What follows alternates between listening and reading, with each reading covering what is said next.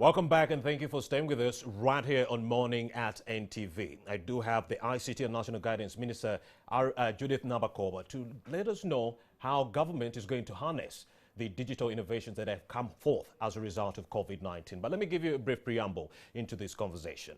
COVID-19 lockdowns have spurred innovation and seen the creation of new ways of doing business for both the government and private sector. No doubt, gone are the days when people flew miles for meetings they could have done with a simple phone call. Well, so are the people who are now getting used to ordering for essential services online. Well, now to talk to us about how we can ensure the innovations that have come forth as a result of COVID-19 do not go away. I do have the ICT and National Guidance Minister, Judith Nabakoba. She's going to be shedding some more light on how best we can, work around this.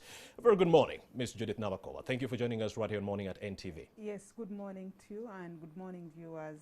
Yes. Now, my very first question. Let's talk about the enabling government. What enabling government has government put in place to recover businesses and trade?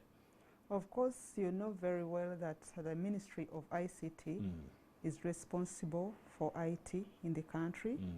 But of course, we are working with private sectors to see that we boost trade online, e-commerce, but also train some of the people who may not be exposed in one way or another.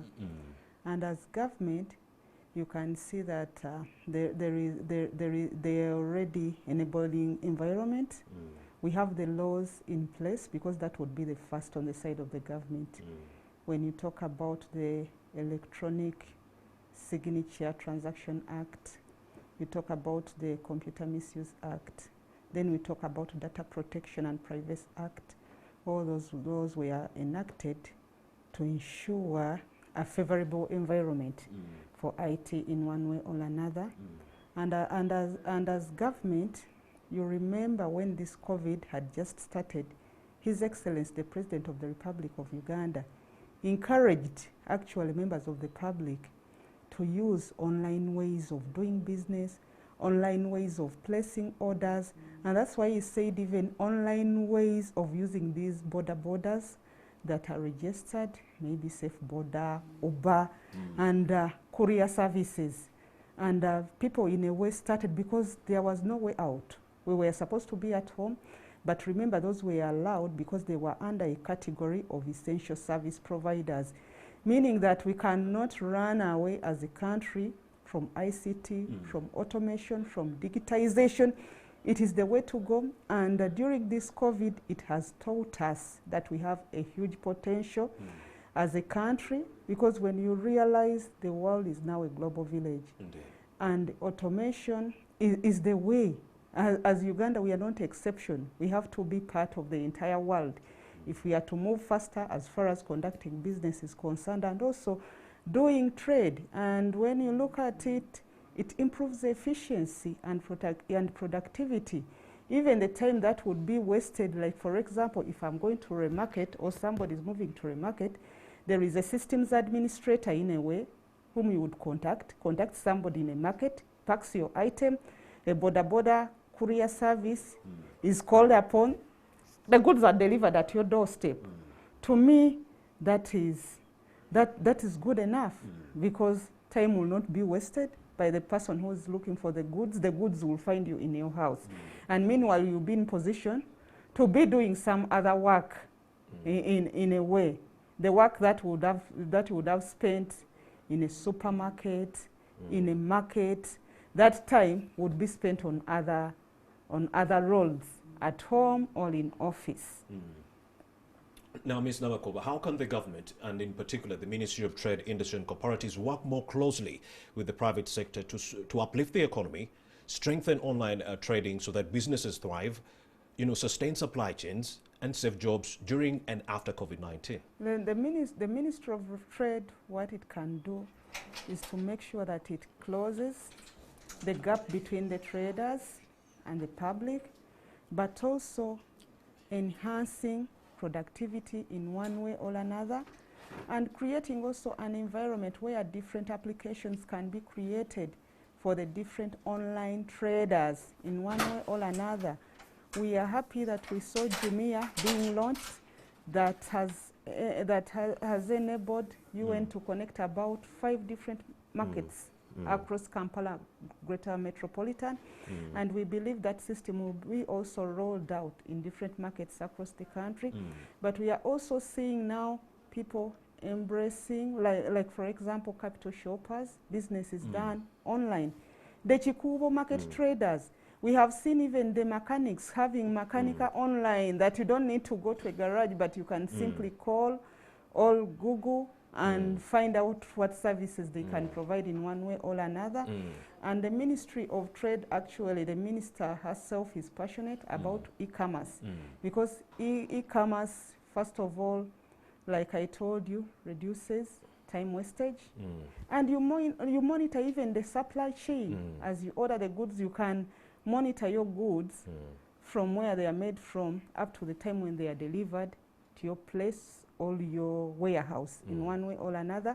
You also realize that improves efficiency in one way or another. We believe that the minister will encourage all traders to embrace that. Some people have a feeling that in a way it may lead to loss of jobs, but no, more opportunities are going to be created, because when you look at the whole supply chain, they are back managers, people who manage things in the back. Then you have people who do transportation, transporting goods from one place to another.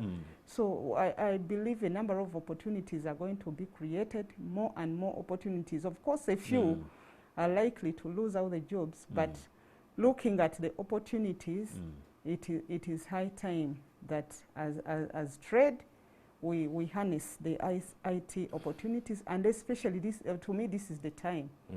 This is the time when we have COVID, because we are not even sure when COVID will be leaving Uganda.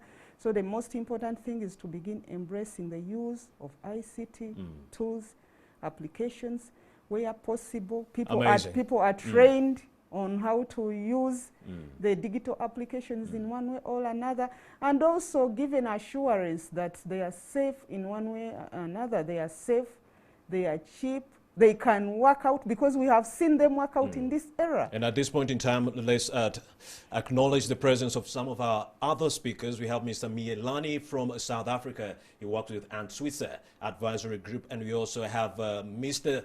Ron Kawamata. He's the CEO of Jumia, right there, top left corner. You also have Miss Elsie Atafwa, the United Nations Development Program resident right here in Uganda, resident representative in Uganda. We also have the CEO, the executive director rather, of the Private Sector Foundation in Uganda, Mr. Gideon Badagawa. Yes, we shall be heading into that conversation a little bit later on. Thank you all for joining me right here on Morning at NTV. Well, Ms. Judith Nabakoba, let's get back to the other issues to do with innovations, digital innovations post-COVID-19. What are the lessons or the emerging issues from the rollout of the Zoom licenses in government institutions? Of course, first of all, I want to thank the UNDP for having supported government with Zoom application. The Zoom actually is being done by the Ministry of ICT across the government. That is the ministries, departments, and agencies. As we speak now, at least we have been able to connect most of the government agencies successfully, and people are now working remotely at home. They can hold conferences using the e-conference, and they are also able to get in touch with one another without getting into personal contact. You realize that Zoom has in a way benefited us as a national task force. We held meetings using the Zoom application, and a number of issues were sorted out using the Zoom application. What I know, I've had a number of agencies conducting meetings, even Parliament. There is a session that was held, and some people managed to participate using Zoom application. Speaking of digital innovations, let me bring in the CEO of Jumia, Mr. Ron Kawamata. A very good morning, Mr. Ron Kawamata. Good morning. Yes, recently Jumia, in partnership with the United Nations Development Program, you launched an initiative to link or connect e-commerce to local markets or buyers. Now, how will this initiative work, and how is it different from what you've been offering already? Well, this is initiative is groundbreaking, not just here in Uganda, but across Africa. To give context, obviously the corona epidemic has not spared any industry, has not spared any sector, has not spared any country globally. Everybody has been affected. But no sector, no group is more affected than informal sector vendors in markets, like we see in KCCA markets in Kampala. These are people who have lost customers due to the closure of public transport. These are people who are typically most vulnerable, women, people with disabilities, young people, who also make up the highest unemployment in Uganda.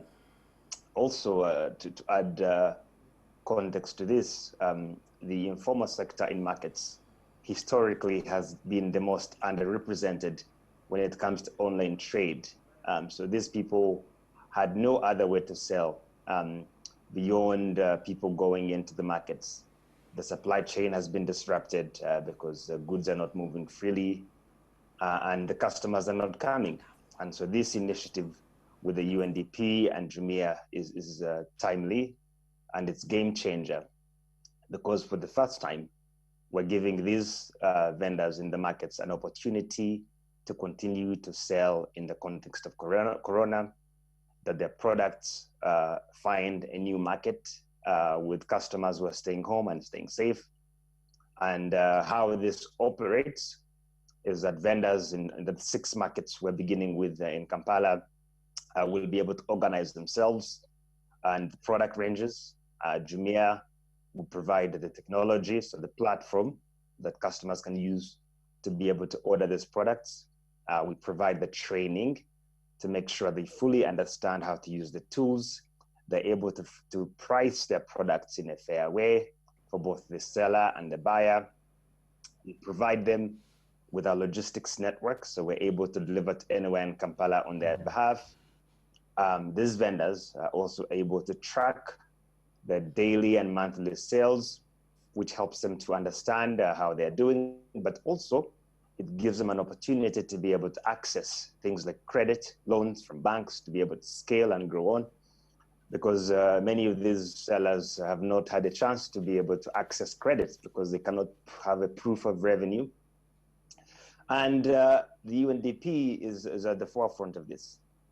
They're supporting the vendors in many ways with the funding for phones, funding for some of the training, and they're coming in with a lot of expertise, working with the informal sector in many countries, helping them to become stronger and to scale.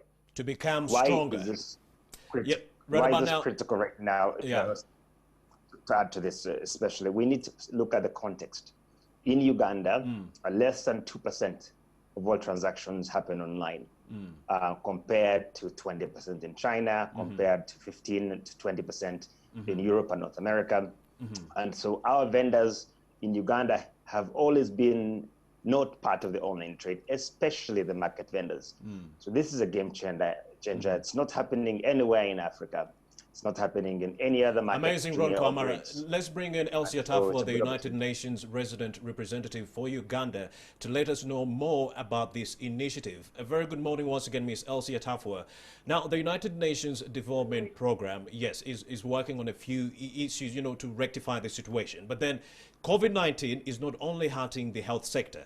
There are also projections that predict that there could be a global economic downturn if COVID-19 is not arrested in the interim. What are development partners such as UNDP doing to actually tramp down such trajectories that are really, really adverse? So thank you very much, Romeo, for inviting us, and thank you to NTV. I'm really happy to be part of this distinguished panelist. And then thank you to all Ugandans for all the hard work to keep the pandemic down here and be ahead of the curve. As you rightfully said, it's not only a health issue. I think that the pandemic really has shown us the socio-economic dimensions of the issues that we are dealing with. And even beyond socioeconomic, I can even talk about the environmental dimension, but let me focus on the socioeconomic for now. We have seen impacts in many ways. You've seen sectors such as tourism, manufacturing, been impacted. We've seen private sector SMEs. Ron talked about it. We've seen even the SDGs. We will potentially see some of them regressing, particularly SDG 1, 2, and others. So that gives the context. Now, what are we doing? What are we doing to support some of the initiatives in the UN family? Yes. And of course, specifically talking about UNDP. First, we are looking at the socioeconomic incentive and financial packages to support. And therefore, the work that we are doing with Jumia now is one of those entry points where we are using e-commerce as a way of supporting vulnerable groups such as women, youth, people living with disabilities, the elderly, to make sure that we can create an enabling condition for people to recover from businesses. UN family largely, we are also looking at the socioeconomic assessment that is currently taking place where UNDP is providing technical leadership with the resident coordinator and others. In this particular work, what we are hoping to do is not just the assessment, but we are going to tease out policy recommendations, financial recommendations, programmatic recommendations that would inform the UN own business in the country. So that's one cluster of work. The second thing that we are doing is in the area of integrated and multi-sectoral, supporting integrated and multi-sectoral approaches to crisis management. And this is very important because we have to bring the whole of society and the whole of government into addressing the pandemic. Now, in Uganda, our case is very complex. We are not only talking about COVID, we are also talking about floods, so we are also talking about locusts. And what we are doing particularly is to work with NECOC, the National Emergency Coordination Office, to make sure that we can roll out NECOCs, mini NECOCs at the district level, providing them with training, capacity building, to be able to monitor disasters in a much more integrated way.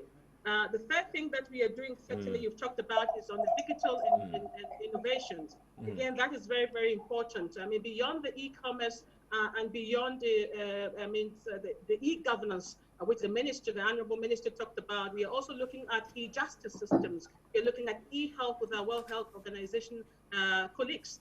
And this is going to be a game changer as well. So we are looking at an integrated package around digital innovations to support the government to respond, but to also recover in future and to really prepare for new ways of doing things. As you said, Romeo, this is going to be a game changer.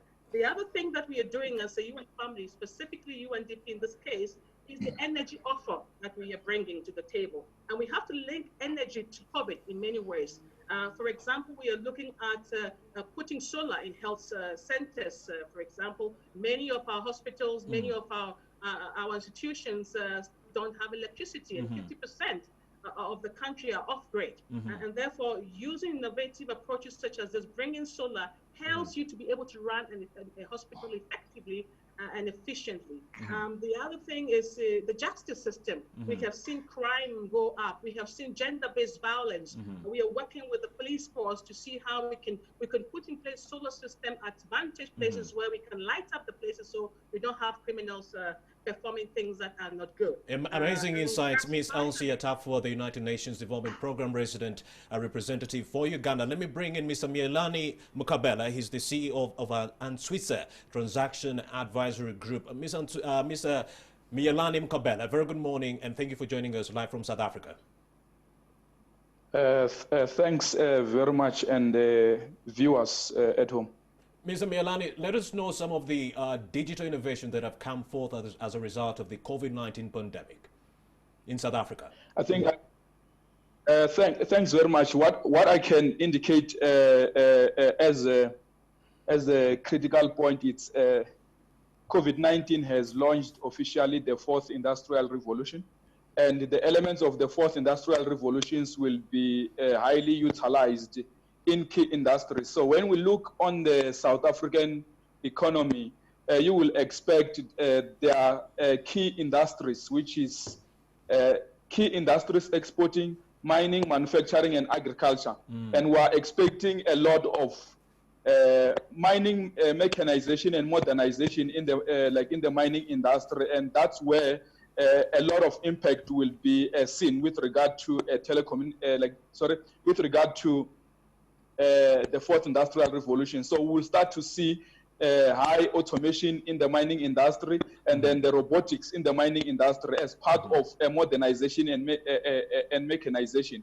And when you go to the manufacturing sectors, you know, like it's one area as well where machines will be automated post COVID, precisely because of the challenges that market has experienced, because we're at lockdown and all these economists were, you know, all these market economists were closed, and that has hit badly our economy from like mining and manufacturing. And you will expect you know, high you know, capital intensive like products being used in that market. You know, it's one area where, you know, the prioritization of human capital and the prioritization of machines will need to be looked at, and probably government to come up with policies on how they can manage the use of machines in mining and in manufacturing. I think that is one of the areas that like you can indicate. And I think this will go as well to the rest of Africa, like market where there is mining and manufacturing. And then when you look at business services and banking, these are industries that are showing good adaptation to COVID-19, because we have seen some of the banks operating well from like online banking, and then they have been as well servicing their customers the first 3 weeks of our lockdown, and that has assisted a lot of customers to be adapted to online banking. And a lot, you know, with regard to technology and digital or automation in the banking sector, I think this is one of the things that we have been discussing in South Africa from 2019, and now actually it will show that a lot of people as well in the banking sector might be expected to lose jobs, because banks now and the services industry are getting used to use automation. And then post-COVID, probably it will be more of that being used. But there are other things, you know, when you look at government, you look at South African government adapting to e-gov in different like sectors of government or in different departments. Mainly your Department of Trade and Industry, because, you know, like the ease of doing business needs to be continuously improved. Continuously improved. Mr. Mielani, how can governments across Africa harness these innovations once and for all? Come again? How can governments across Africa harness these innovations? So, like precisely where you are looking at like markets, you look at like automation and digital tools to get in much on the banking sector, and we'll start to see most of the clients, you know, most of our clients will be like using like digital systems, and in retail, you will start to see a lot of like retailers, such as like big retail shops, like it can be like your like Truworth types, Edgar's, they will start to use as well like the systems, specifically because of like the challenges that they have experienced. Mr. Mielani Mkabela, the CEO of Antwitsa Transaction Advisory Group in South Africa. Thank you very much for speaking to us. I also have the Executive Director of the Private Sector Foundation in Uganda, the CEO of Jumia, and the UNDP resident representative in Uganda. Let me get to you, Mr. Gideon Badagawa, the Executive Director of a Private Sector Foundation, after this break. I'll be right back with you, Mr. Gideon. We'll be right back. You're still watching Morning at NTV.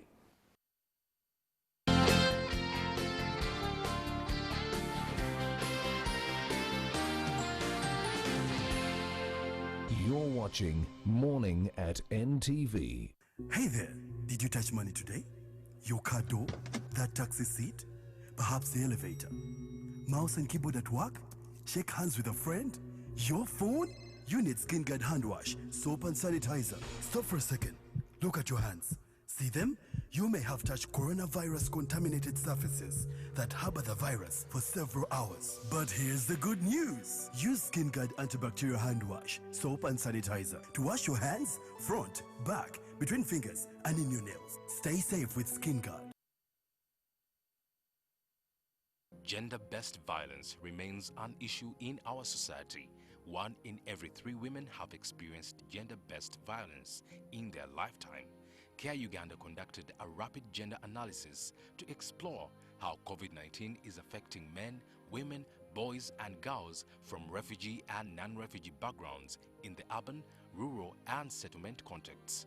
The findings show how COVID-19 has and continues to disproportionately affect communities, especially women and girls, in various ways. Join us on NTV Uganda COVID-19 Dialogue under the theme Impact of COVID-19 on Gender and Disability on Refugees in Uganda, this Wednesday, 13th May at 3 p.m.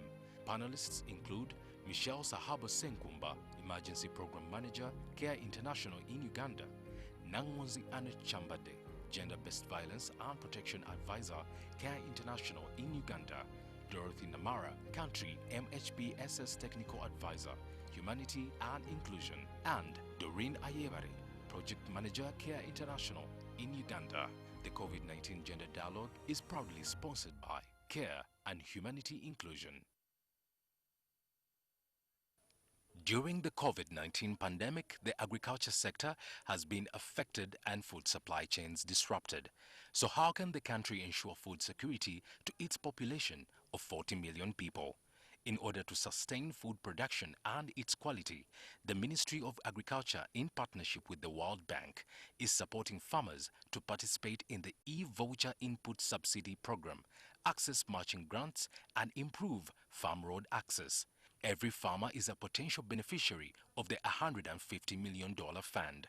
Do you want to tap into this opportunity? The Ministry of Agriculture will have a talk show this Tuesday, 12th May 2020, under the theme Performance Status of the Agriculture Development Cluster Project, SCDP, and the Future of Farming during the COVID-19 period. Book a date this Tuesday, 12th May 2020 from 4 p.m. to 5 p.m. only on NTV. Jumia Tech Week is back and reloaded with even more savings. Starting May 11th, everything you need for work and play is on sale. Download the Jumia app, stay safe, and we will deliver to you. On the next episode... Looking for the doctor and then I'm going for some coffee. Do either of you want one? No, if you like, we'll go out for coffee or look for... Shall we go? No, I'll just wait for you here. I'm fine. All right, then. Do you want some coffee? Shall we go? Yes. Let's go. We won't be long, okay? How are you doing? Fine. Fine. Feeling stressed? I'm just tired. Well, I can imagine. Why are you here? Are you crazy? Just calm down. Hey, wait for me. I don't want to talk to you. No, I don't want to talk to you. Until when will you suffer over one? I don't want to talk to you. Then you're going to have to listen. Why do you look at me that way? It's as if I were to blame for everything. On the next...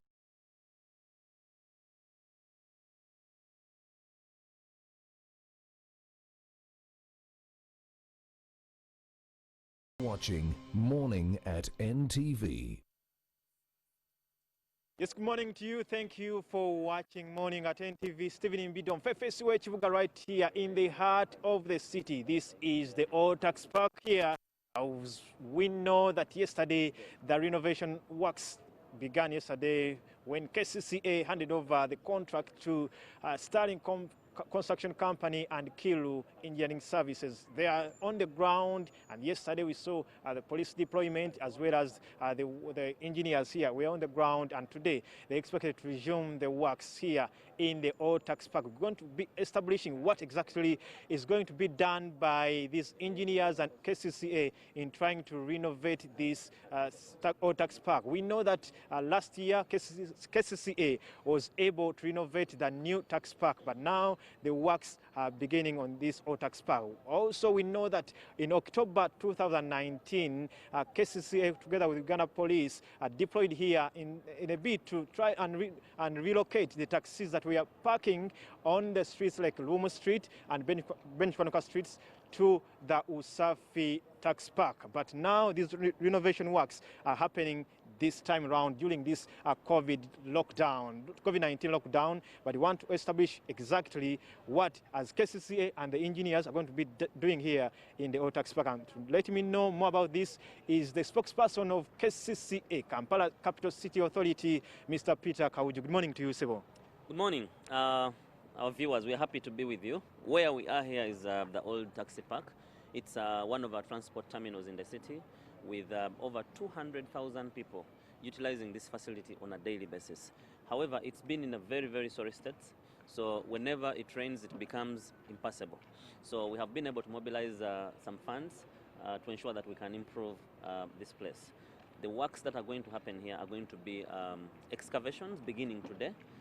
We started on Saturday. We've been carrying out surveys to get the levels and all that. So today we start the excavations, and thereafter, what is going to happen is that we're going to build concrete so that we can level this place and also work on the retention wall. As you can see, that whole side had almost given way. So we're going to work on the exits after that, and after we have marked the carpet area, and then we shall put lighting, and we shall allow our people to come back and work. So it's going to take us about 3 months, but in the event that the lockdown is uplifted, we will still come up with an alternative.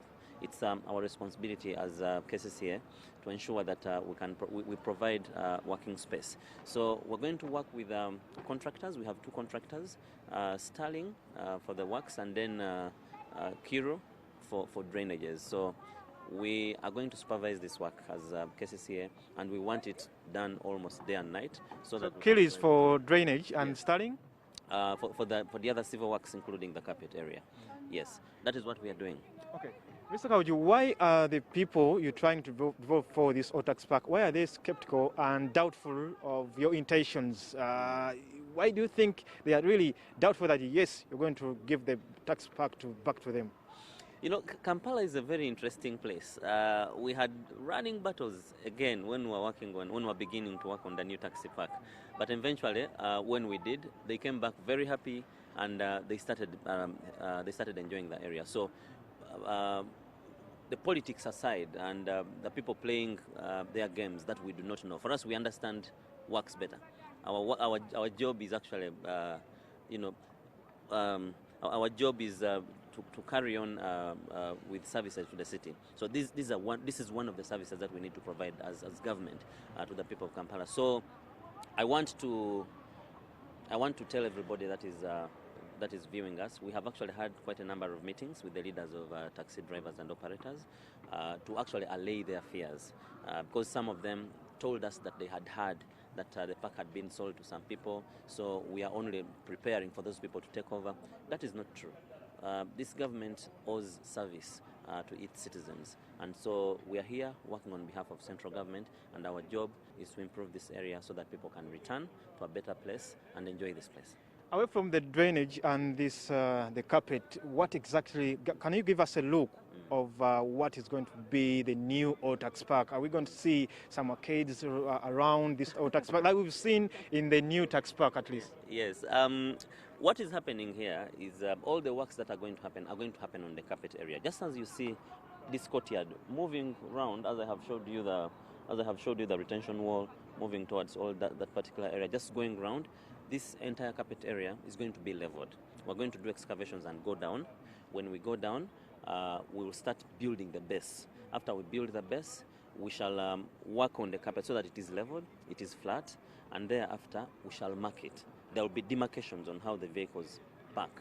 And when that is done, we should be able to also work on the entries and exits for both pedestrians and then the vehicles. And then we'll put up a queuing system so that we provide a better service than it has been, because there's been a lot of traffic, unnecessary delays in the park because of delayed entry and exit. So you're not going to see any arcades here.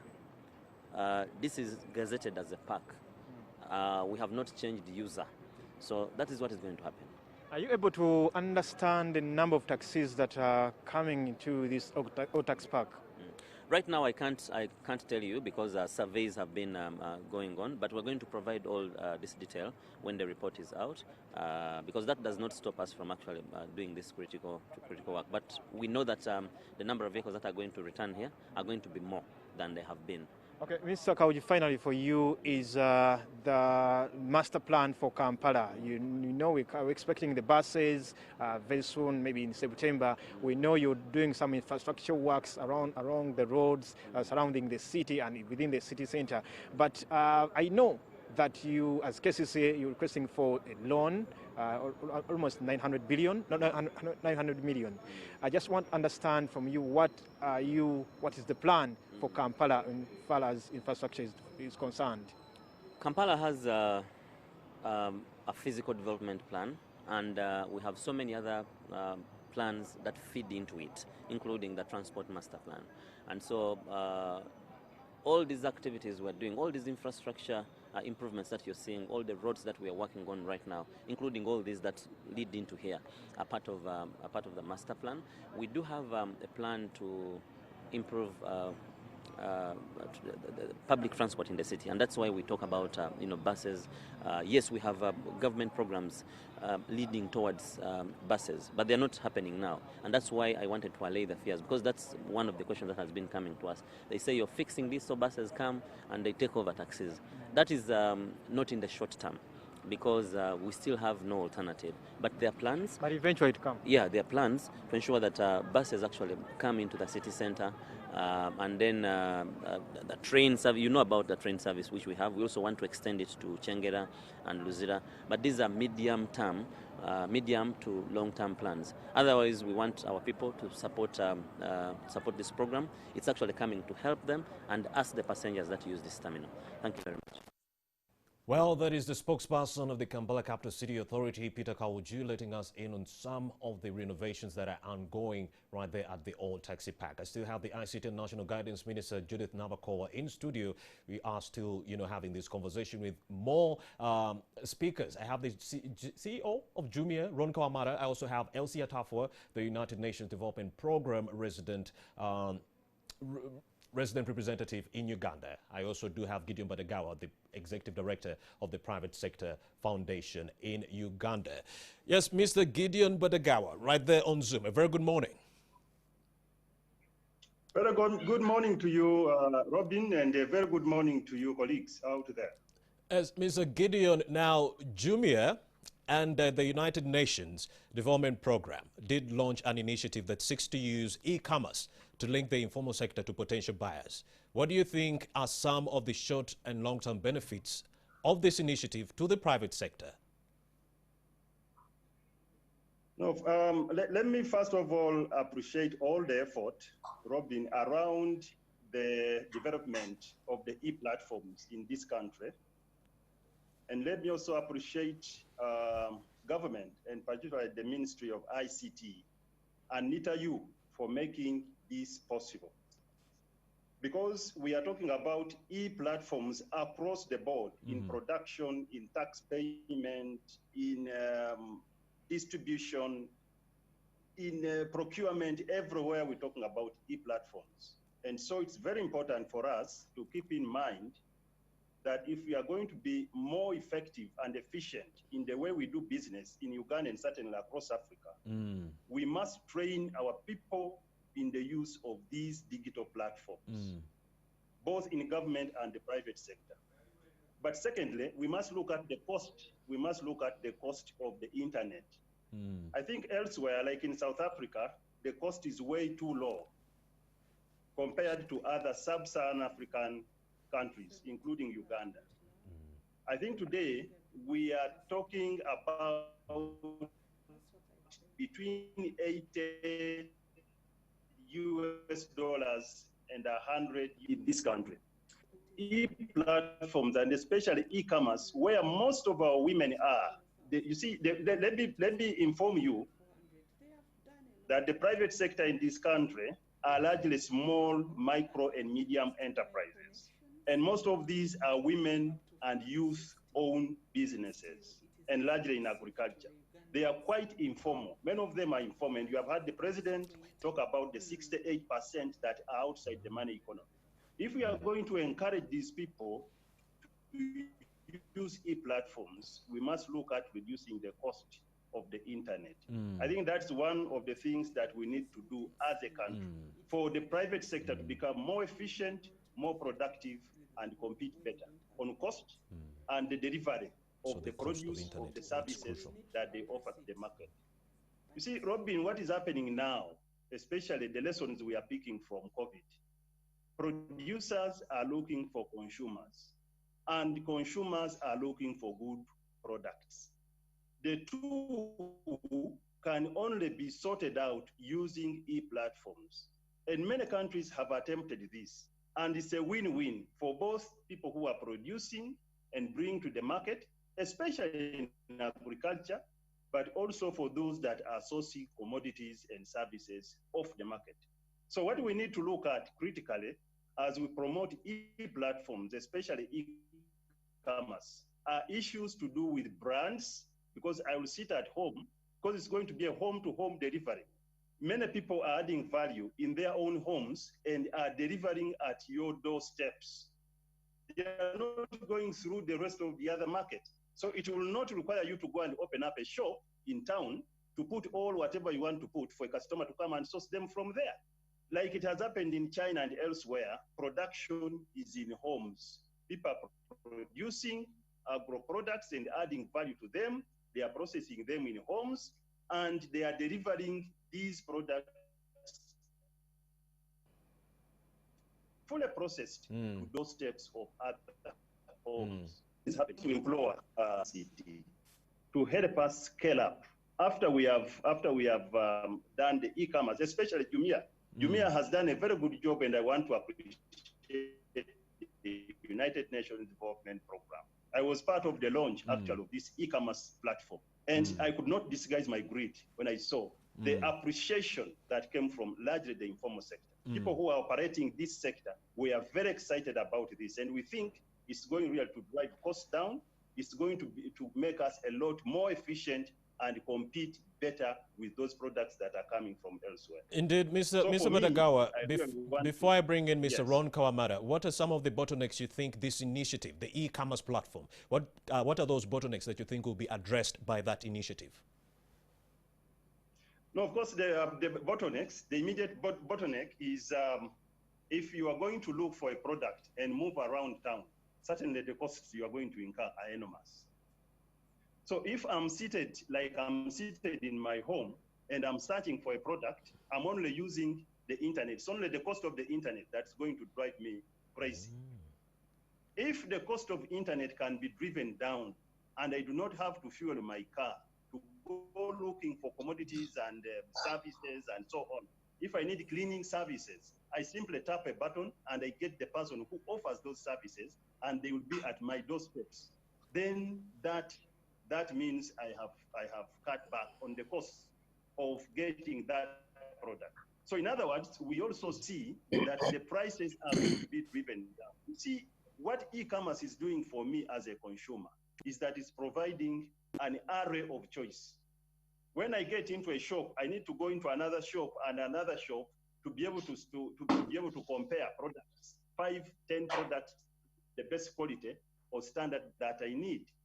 But on the e-platform, I'm actually searching hundreds of products out of which I can be able to get that one that I need. So one thing that is going to drive down are the costs of distribution, the cost of transportation. But two, we also see that the producer themselves, the producers, are really not going to fight to find customers. You know, we have been having a challenge these days of a customer walking into a shop and someone says, no, from the look, from the way I look at this person, they will not be able to buy this kind of shoe, this kind of dress, and so on and so forth. Yes. That will not now happen because you will not see the person. You don't know the purchasing power of that person. So we hope that now customer care is going to improve. Mr. Gideon, Mr. Gideon, thank you very much. Let me bring in the CEO of Jumia, Ronko Amara. Mr. Ronko Amara, I understand you kicked off the Jumia Tech Week. That is yesterday. It will be stretching up to the 23rd, if I'm not mistaken. Tell us more about the Jumia Tech Week and what is in for the customers and the viewer who is watching Morning at NTV right now. Well, to add to what Mr. Begawa was saying is that indeed everybody is moving digital. And for Jumia specifically, we already partner with more than 3,000 Ugandan sellers who are able to keep selling at a time when they're staying home. And they're able to plug into our existing warehouse logistics and last mile capacity to continue to sell from their homes. This is something that now market vendors will now be able to plug into. And the main advantage here is that they don't have to invest in building a platform on their own. They don't have to invest in warehousing and logistics. They don't have to invest in marketing. They don't have to invest in packaging. They don't have to invest in all the tools that are involved to produce an e-commerce platform. That's what UNDP, that's what Jumia brings on the table. The campaign you're talking about, Tech Week, is specifically focused on those categories which have historically been what we call early adopters. Early adopters of technology have been vendors and sellers who are selling electronics, phones, TVs, appliances, and things people use in their homes. And they have come together during this time to create a campaign to give back to consumers. They have been able to slash prices up to 50% off for the next 2 weeks. And so customers who want to buy items to allow them to work from home and stay home are able to go on Jumia, jumia.ug, or get the Jumia app, and be able to get all these highly discounted prices in phones, TVs, appliances, and all other electronics that allow people to work from home. This is a give back of these distributors, of these vendors, at a time where many Ugandans are struggling with cash, and we hope that customers take advantage of it. Amazing perspective, Mr. Ronko Amara. He's the CEO of Jumia. Right about now, I'm going to bring in Elsie Atafo, the United Nations Development Program resident representative in Uganda. A very good morning once again. Now, yes, my next question is, why did you target digital solutions to actually support government and the private sector? Like the recent Zoom licenses, teleconferencing kits, and you also had the e-commerce platform that you launched with Jumia recently. Why did you target those digital solutions? Well, thank you very much, Romeo, once again. I think we've targeted it for 3 reasons: to help the government prepare for, respond to, and recover from the pandemic. So let me try to break it down in very, very simple terms. COVID is with us, and while the impact is grave, it also offers us an opportunity to do things differently and to build back better our economies. So as UNDP, we are focusing on digital innovations because we believe that that is the way forward, and that's the new norm. Now, what does it allow us to do? It allows us to do a couple of things. One, we are able to bring the most vulnerable, such as women, youth, into the value chain processes. And for us in the UN, the leaving no one behind agenda, we are able to lead it. So that's the first thing that we are able to do. The second thing is that we are able to create opportunities, especially for young innovators. And that's for us, for a country that has over 80% of its population below the age of 35, that is the future of the country, and that is the place to invest. And we take that very, very seriously. The third thing for us is really looking at building smart cities. Now, if you don't have to drive to the market, you are reducing pollution, for example, from a climate change point of view. And for us, building smart cities, being more efficient and effective in processes like this, it's really crucial. On Saturday, I had the pleasure of ordering my first basket of fruits with vegetables on the UNDP Jumia platform, and it was delivered in 90 minutes, and I handed it over to my mother. Now, what do I learn from that? It's really show that we can support distributors in the value chain. We are supporting the market woman who is sitting in Nakawa, whom I bought from. We are supporting the farmer who is somewhere producing for us. So from the entire value chain point of view, we are able to support as a development agency and also as a United Nations. But again, Romeo, look at the reduction in cost. If I had driven my car to the market and back, I would have spent money on fuel. In the same vein that we are supporting the Zoom licenses, look at the number. We've had hundreds and thousands of meetings online, targeting 372 institutions, 135 local governments. Imagine all of these people crisscrossing Kampala and other places, the cost for the government. So by even doing this thing, we are not only ensuring business continuity, as the minister said, we are also helping the government to reduce costs and to do new things. I mean, we are looking at the governance of things at the end of the day. We are looking at the Internet of Things at the end of the day. So really for us as a development agency, it's so beyond even Uganda, we are looking at the Africa Free Trade Continental Area Agreement, for example. If you look at e-commerce, this is going to be the future. If I'm from Ghana, True. Ghanaians don't buy milk from Uganda. Why not? So we should be able to start connecting those businesses even across board within our region, because Uganda is a food basket and has the potential to become a trading hub. So Indeed. for us, from a business point of view, from an innovation point of view, from a development point of view, it makes sense to invest in that area of work. Thank you. United Nations Development Program Resident Representative Elsie Atafo, thank you very much for having made the time to speak to us. Also, Gideon Badagawa, the Executive Director of the Private Sector Foundation in Uganda, thank you for having made the time to speak to us. Mr. Mielani Mkabela, the CEO of Antwitsa Transaction Advisory Group in South Africa, thank you very much. And the CEO, lastly, of Jumia, Mr. Ron Kamara, thank you all for having made the time to speak to us. It's been amazing. So I still have the ICT and National Guidance Minister, Honorable Judith Nabakoba, and she's going to actually delve into some of the issues that were raised by our panelists. One is something to do with the cost of internet, which is too costly, and it's making e-commerce a big problem. Yet it's supposed to be the savior in this case. What do you think about that, and how best can we arrest that situation? Yet OTT is still here. Of course, government has been trying to reduce the cost of internet. If you can all recall, before maybe 2005, 2006, internet was very expensive. It was at a cost of 1,400 megabits per second. And His Excellency, the President of the Republic of Uganda, made his contribution and also determination by bringing the national backbone infrastructure into the country to see how internet costs can be addressed in one way or another. If you can recall, in 2006, most of us were not very familiar with internet things, the way things are done using internet. But His Excellency, through his wise wisdom, went to China, and we were able to have some kilometers of fiber connected around Kampala metropolitan. And if you remember, we were going to have the Queen here for Chogan in 2007.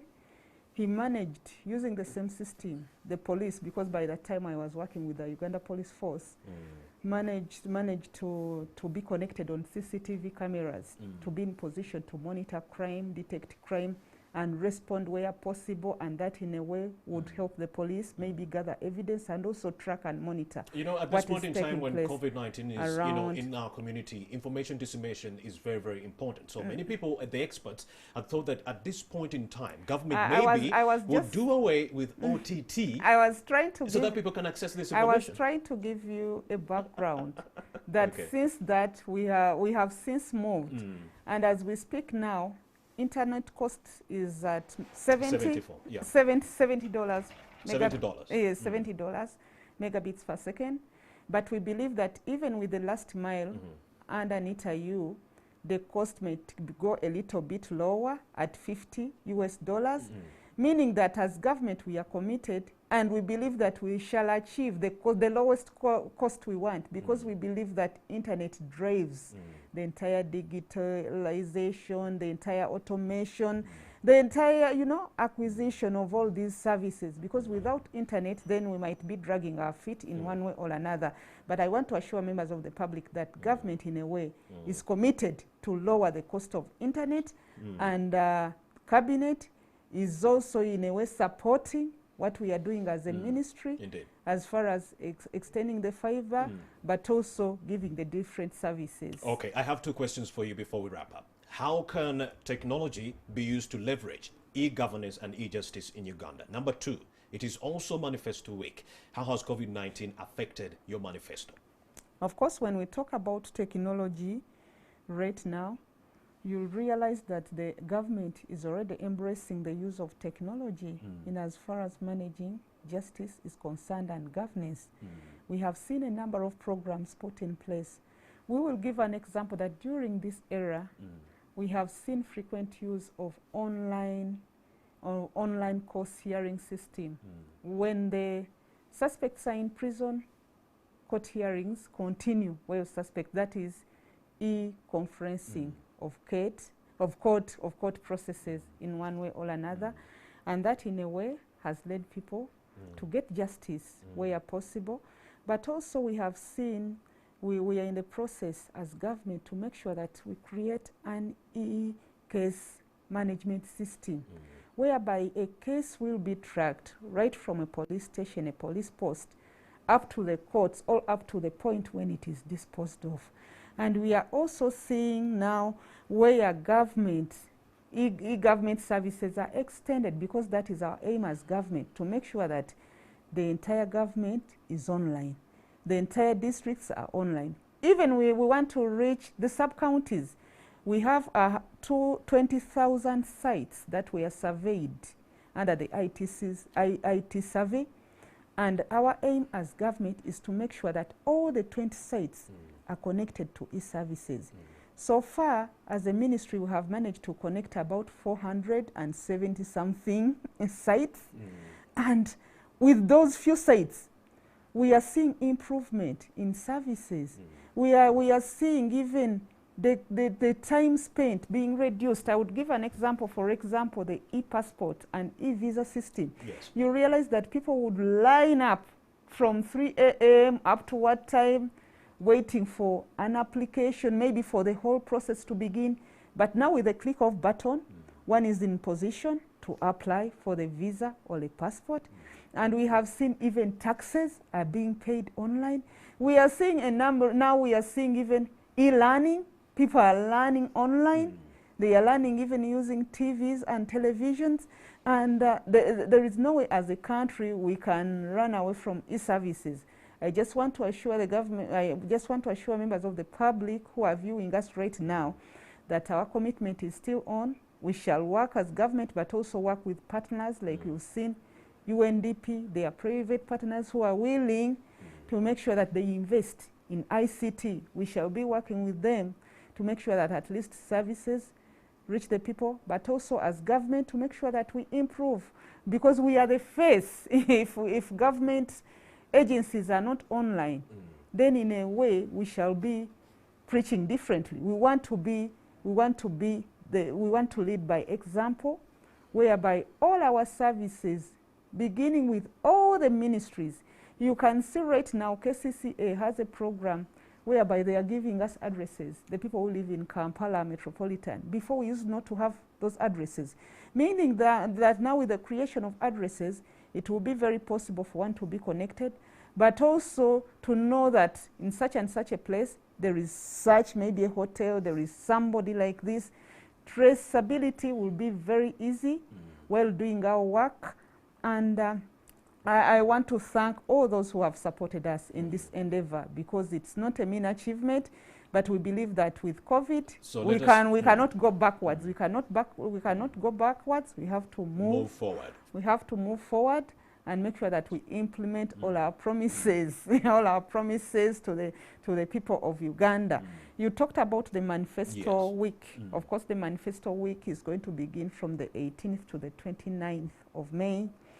This time around, it is going to be celebrated scientifically, because we used to have a number of events before the manifesto week. But right now we shall have the launch by the Prime Minister, Secretary General, and also Minister for Presidency at the Media Center. But the essence of the manifesto week is accountability to the public. As government, we committed to deliver on certain key issues in our communities.